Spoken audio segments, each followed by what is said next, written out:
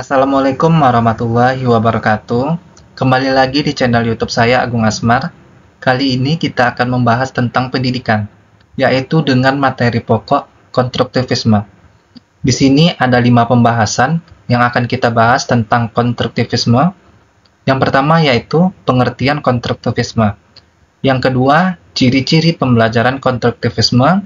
Yang ketiga, konsep dasar konstruktivisme. Yang keempat, model pembelajaran konstruktivisme. Dan yang kelima, peranan implementasi teori konstruktivisme di kelas. Kita bahas pengertian konstruktivisme terlebih dahulu. Konstruktivisme merupakan proses membangun atau menyusun pengetahuan baru dalam struktur kognitif siswa, berdasarkan pengalaman siswa itu sendiri. Di sini diharapkan siswa dapat menyusun pengetahuan baru dalam struktur kognitif. Kognitif di sini merupakan dalam pengetahuan siswa. Kemudian pengetahuan itu terbentuk bukan dari objek semata, akan tetapi juga dari kemampuan individu sebagai subjek yang menangkap setiap objek yang diamatinya.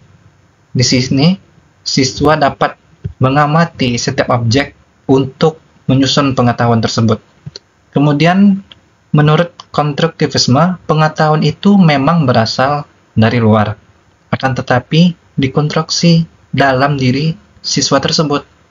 Oleh sebab itu, konstruktivisme ini tidak bersifat statis, akan tetapi bersifat dinamis. Selanjutnya di sini ada ciri-ciri pembelajaran konstruktivisme. Yang pertama, menekankan pada proses belajar, bukan proses mengajar.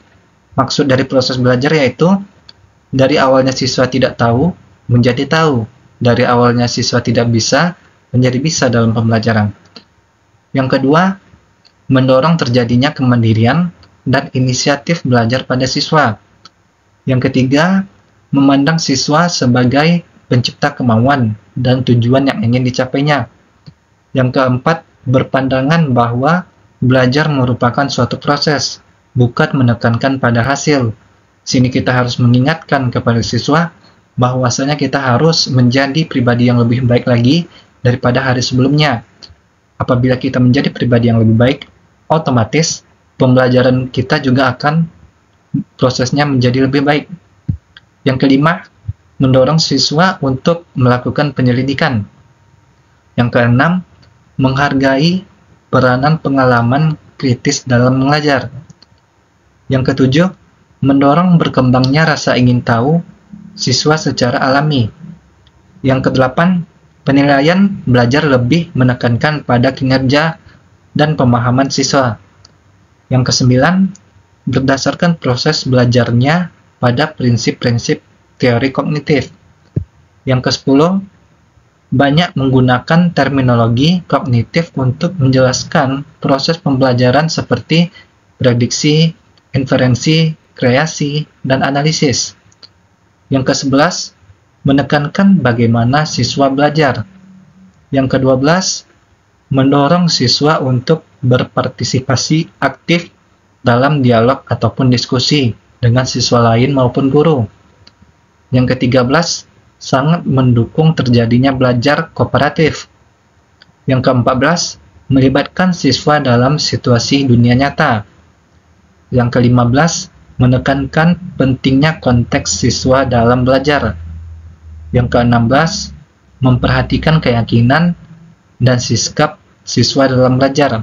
Dan yang terakhir, memberikan kesempatan kepada siswa untuk membangun pengetahuan dan pemahaman baru yang didasarkan pada pengalaman nyata. Selanjutnya di sini ada konsep dasar konstruktivisme. Yang pertama yaitu siswa sebagai individu yang unik. Sebagaimana kita ketahui bahwasanya siswa memiliki keunikan tertentu. Contohnya saja keunikan dalam gaya belajar. Yang kedua, motivasi pembelajaran.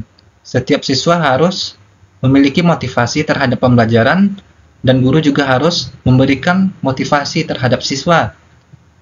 Yang ketiga, tanggung jawab pembelajaran, baik tanggung jawab pembelajaran siswa maupun guru. Yang keempat, peran guru sebagai fasilitator.